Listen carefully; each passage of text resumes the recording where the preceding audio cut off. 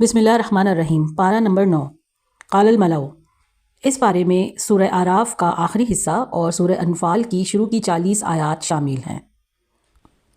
جیسا کہ 8ویں پارے کے آخر میں حضرت شعیب علیہ السلام کا قصہ شروع ہوا تھا، اس قصے کا بقیہ حصہ 9ویں پارے کے آغاز میں بیان کیا جا رہا ہے۔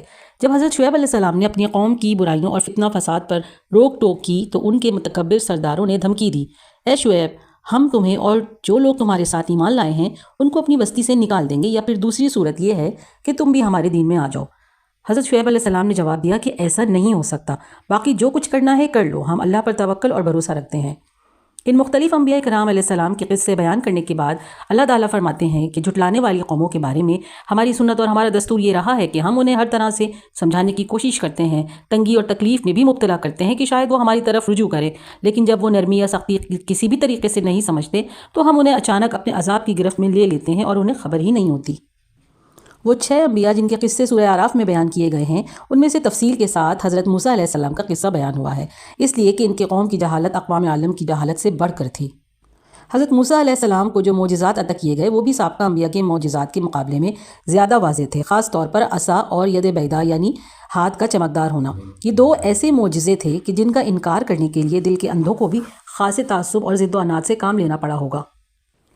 فرعون اور اس کی قوم یعنی قبطیوں نے بنی اسرائیل کو غلام بنا رکھا تھا اور وہ ان پر نئے نئے طریقے آزماتے تھے ظلم و ستم کرنے کے۔ بنی اسرائیل اس زمانے میں مصر آئے تھے جب ان کے شہر اور گاؤں میں شدید قحط آ چکا تھا، پھر وہ حضرت یوسف علیہ السلام کے زیر سایہ یہیں آباد ہو گئے تھے۔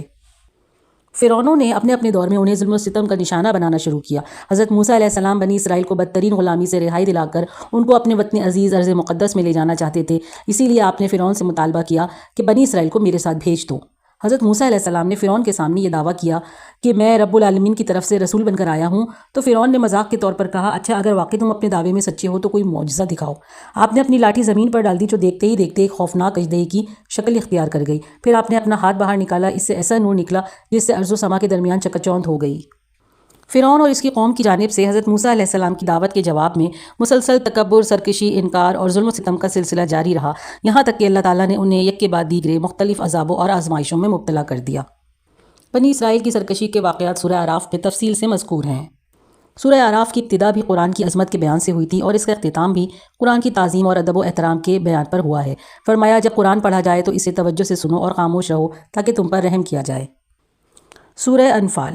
سورہ انفال شروع ہوتی ہے اس کے بعد اور سورہ انفال مدنی ہے، اس میں 75 آیات اور 10 رکوع ہیں۔ دوسری مدنی صورتوں کی طرح اس میں شرعی احکام کے بیان کو خصوصی اہمیت دی گئی ہے۔ یہ صورت غزوہ بدر کے بعد نازل ہوئی جو کہ تاریخ اسلام میں ہونے والے غزوات کی بنیاد اور ابتدا تھی۔ غزوہ بدر جس میں ایک چھوٹے سے لشکر نے اپنے سے کئی گنا بڑے لشکر کو ذلت آمیز شکست دوچار کیا۔ سورہ انفال کی ابتدا مال غنیمت کا حکم بیان کرنے سے ہوئی ہے۔ سورہ انفال کی قابل ذکر خصوصیت یہ ہے کہ اس میں اللہ تعالیٰ مومنوں کو 6 بار یا ایھا الذین آمنوا کے محبت آمیز الفاظ سے خطاب فرمایا ہے، جیسے اے ایمان والو، اللہ اور رسول سے خیانت نہ کرو اور آپس کی امانتوں میں جان بوجھ کر خیانت نہ کرو۔